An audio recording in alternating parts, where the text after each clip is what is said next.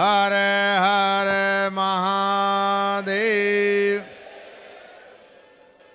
सब लोग बैठे बैठे थक गए होंगे। सिद्धि सदन सन्मति के दाता मुद मंगल संसार, गणपति रिद्धि के प्रिय पति वंदो बारंबार। आज आपके पितृ की प्रिय लीला विस्तार, भाषा सकल शुभोदिनी रचूं करो निस्तार। शिव शिव तम सब जगत के रक्षक तेज निधान, कर त्रिशूल से मेटियो तीन शूल जग जान। अपने तिस्र नेत्र से भस्म कीजियो जाल, जग जंगम जंजाल जग जीत हैं बेकाल। बोलो महाकाल भगवान की, करोली शंकर महादेव की, सभी संतों की, सभी भक्तों की, जो पीले कपड़े वाले उन सब की जय, और जो नीले कपड़े वाले उनकी भी जय, जो लाल कपड़े वाले उनकी भी जय।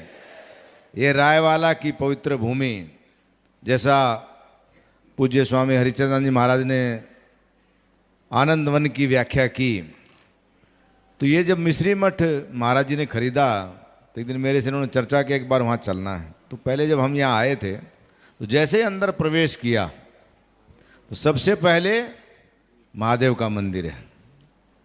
प्रवेश करते ही दाएं हाथ की तरफ भगवान शिव का मंदिर है। तो मैंने थोड़ा सा सूक्ष्म रूप में वास्तु का अध्ययन किया, तो जैसे ही मैंने अंदर पैर रखा, मैंने कहा पूर्व उत्तर नीचा और पश्चिम और दक्षिण ऊंचा। कोई न कोई आध्यात्मिक प्राचीन काल में किसी ऋषि की तपोभूमि रही होगी, और जिन लोगों ने इस पूरे सिस्टम को बनाया है वो हमारे देश के तो थे ही। कौशलेंद्र भगवान राम के वंशज थे जो जर्मनी से आए थे, कुश के वंशज। पूरा यूरोप जो कुश का वंशज है। और आज का ये जो आयोजन, परसों में आया था तो महाराज जी का आग्रह था कि मैं चाहता हूँ 5, 10, 15 हरिद्वार के विशिष्ट संत। तो मैंने कहा महाराज जैसे आपके यहाँ भक्तों की भरमार है, हरिद्वार में संतों की भरमार है।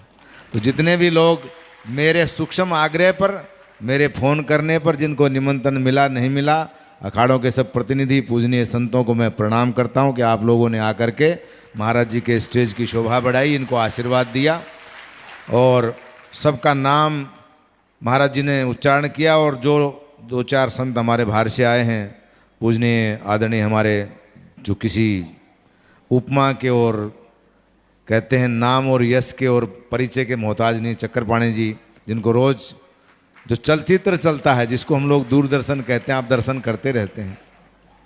संतों के लाडले हैं, कभी खट्टे मीठे अनुभव अखाड़ों के साथ में इनके रहते हैं, लेकिन हमेशा हमारे साथ हैं, साथ ही थे और साथ ही रहेंगे।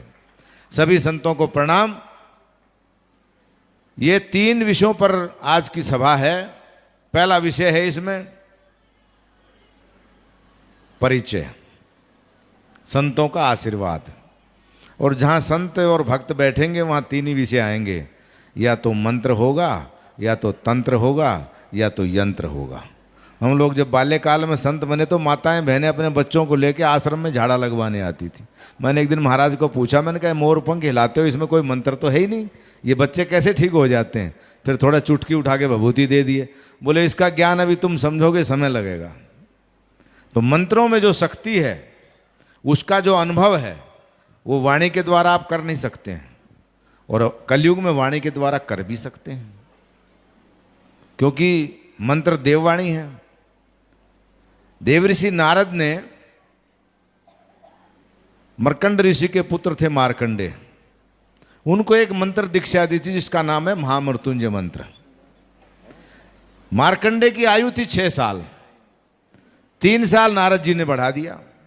जब वो 9 साल के हुए तो फिर नारद जी पहुंचे। उसकी माँ को कहा तुम्हारे बेटे का समय पूरा हो गया। बोले महाराज कोई तो उपाय बताओ। बोले उपाय एक ही है, अगर ये कर ले तो। बोले क्या उपाय है? बोले महामृत्युंजय का मंत्र है, लेकिन इसको जप करने की एक जगह है, वो है भगवान शिव का मंदिर। शिवालय में मार्कंडे को बैठा दिया और महामृत्युंजय मंत्र की दीक्षा देकर नारद जी ने कहा इस मंत्र का जब छोड़ना नहीं, जब भी यमराज आए ऊंची आवाज से चिल्लाने लग जाना तुम तो। ओम त्र्यंबकम यजामहे, जितना तेज बोल सके। एक बार यमराज आया, बोले मार्कंडे तुम्हारा समय पूरा हो गया, चलो। बोले नहीं, मैं इस मंत्र को नहीं छोड़ सकता हूँ। दोबारा फिर यमराज आया, बोले मैं 25 वर्ष अपनी तरफ से दे सकता हूँ, लेकिन तुम इस जगह को छोड़ो, जो काल का फांस है मेरे पास, इसके घेरे में आने के लिए प्रतिज्ञा कर लो। बोले नहीं, मैं मर नहीं सकता हूँ, मेरे गुरु ने मंत्र दिया है, मेरे को मृत्यु जीत लिया है, मेरे को काल जीत नहीं सकता है। उसने हट किया, बाल हट, योग हट, त्रिया हट और राज हट, 4 प्रकार का हट होता है। तो बाबा जी ने भी हट पकड़ रखा है। कानपुर से गंगा जी हम लोगों ने हरिद्वार से ही भेजी थी, ये वापस कहते हैं मेरे को आजकल हरिद्वार ज़्यादा अच्छा लगता है, हरिद्वार में मैं रहना चाहता हूँ। और गंगा जी कानपुर तक ही पवित्र है, कानपुर में जाके ही गंदी ज़्यादा होती है। अगर वैज्ञानिक दृष्टि से हम देखें तो सारे चमड़े का, केमिकल का पानी वहाँ जाता है। कानपुर तक हम लोग ठीक ठाक गंगा जी को भेजे हैं। और आपके आप यहाँ आकर के दोनों जगह सप्तऋषि सप्तसरोवर का जो क्षेत्र जैसे स्वामी जी ने व्याख्या किया, तो जब तीसरी बार यमराज आए तो उन्होंने कहा मार्कंडे मैं थक गया हूँ, तुमको चलना पड़ेगा। तो वो क्रोध में आ गए। तो मार्कंडे रोने लग गए, बालक तो था ही, भगवान शिव का शिवलिंग था, लिपट गया। मृत्युंजय का जब कंटिन्यू चल रहा था, तो जैसे ही यमराज ने चौखट लांघने का प्रयास किया और फांस को पकड़ा, और एकदम भगवान शिव प्रकट हो गए। तो उसने कहा तुम कौन हो? उसने कहा मैं काल हूँ। बोले यहाँ क्या करने आए हो? बोले ये मार्कंडे को लेने आया हूँ। बोले नहीं, मैं महाकाल हूँ, इधर हम मार्कंडे को ले जा नहीं सकते हो, इसलिए वापस जाओ। मैंने आज से इसको अमरत्व का वरदान दे दिया है। एक महामृत्युंजय मंत्र में इतनी शक्ति है, और सदगुरु के द्वारा दिया हुआ कोई भी शब्द वो मंत्र का ही काम करता है। आड़ा हो, टेढ़ा हो, सीधा हो, खड़ा हो, पड़ा हो, शुद्ध हो, अशुद्ध हो, उसके मुख से निकला। जैसे अठयोगी जी महाराज ने कहा, मंत्र सत्यम, पूजा सत्यम, सत्यम देवो निरंजनम, गुरुर वाक्यम सदा सत्यम, सत्यम एकम परम पदम। गुरु का हर वाक्य ही मंत्र है। तो जब भगवान शिव प्रकट हुए तो यमराज घबरा गया। उसने कहा मैं महाकाल हूं, और काल की परिधि से मैंने मार्कंडे को बाहर कर दिया है। जब तक सृष्टि रहेगी तब तक मार्कंडे अमर रहेगा। मैंने इसको आशीर्वाद दे दिया है। इतनी शक्ति मंत्रों में अश्वत्थामा बलिर्व्यासो हनुमानश्च विभीषणः कृपा परशुरामश्च सप्ते चिरंजीवी अष्टम च मार्कंडे ऋषि। और हम लोगों ने जो संतों के जो एक गुप्त वेद होता है जिसको शिशु वेद कहते हैं, जो 5वां वेद है, वो संवाद गुरु और शिष्य के बीच में होता है। वो लिखित में नहीं है। जो विद्या हमको सिखाई हम आगे किसी और को सिखाएंगे, जिसने हमको सिखाई उसने किसी और उसने सिखाया होगा। तो कलयुग में ये कहते हैं कि गोपीचंद और भर्तृहरि को गुरु गोरखनाथ जी ने अमरत्व का वरदान दिया। वो 2 महापुरुष भी सहस्री राज पृथ्वी पर भ्रमण करते हैं। तो मंत्रों में इतनी शक्ति है। बाकी तो सब कुछ कहा, सब कुछ सुना, सब कुछ देखा, हंसे भी, रोए भी, गाए भी। अब बाबा जी के यहाँ तो क्या है, भूत प्रेत यक्ष गंधर्व किन्नर डाकनी साकनी सबकी हाजिरी लगती है, क्योंकि वो शंकर जी के भक्त हैं, वो शंकर जी की सेना है। मैं वहाँ कानपुर भी गया हूँ, महाराज जी कुंभ में आए तो मैंने कहा कुंभ की लीला भी देख लो आप, क्योंकि वो जो सेना आपके यहाँ एक दूसरी सेना है महादेव की। अनेकों प्रकार के संत ऐसे ऐसे महापुरुषों के दर्शन हो जाते हैं कुंभ में, जिनका हम कभी भी स्मरण नहीं कर सकते। दिव्य लोक से कहते हैं, दिव्य रश्मियाँ जब आती हैं, कुंभ का जो एक स्नान का मुहूर्त होता है, तो देवता भी संत की वेशभूषा धारण करके वहाँ त्रिवेणी में स्नान करने आते हैं।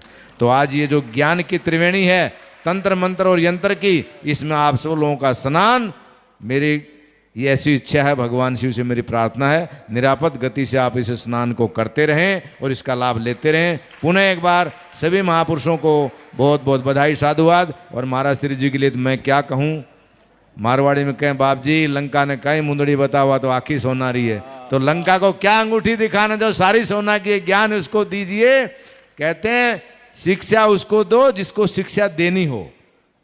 मारवाड़ी में कहते हैं सीख दी थी बांदरान घर भैया को जाए, सीख उसी को दीजिए जिसको सीख सुहाए। तो ज़्यादा मैं अपने आप को बड़ा नहीं, मैं तो एक छोटा भगवान शंकर का एक अवैतनिक कर्मचारी हूँ। बिना वेतन की मेरी नौकरी है। भगवान दक्ष ने रोटी और गाड़ी की सुविधा कर रखी, उसकी सेवा में रहता हूँ। आप सब लोगों के अंदर निवास करने वाले उस परम ब्रह्म नारायण को मैं प्रणाम करते हुए पुनः एक बार महाराज जी के लिए बहुत बहुत साधुवाद। वाणी को विराम। इति शुभम। ओम नमो नमः। दरबार का ऑफिशियल चैनल करौली सरकार ईश्वरीय चिकित्सा विज्ञान केंद्र चैनल को जरूर सब्सक्राइब करें। नमः शिवाय।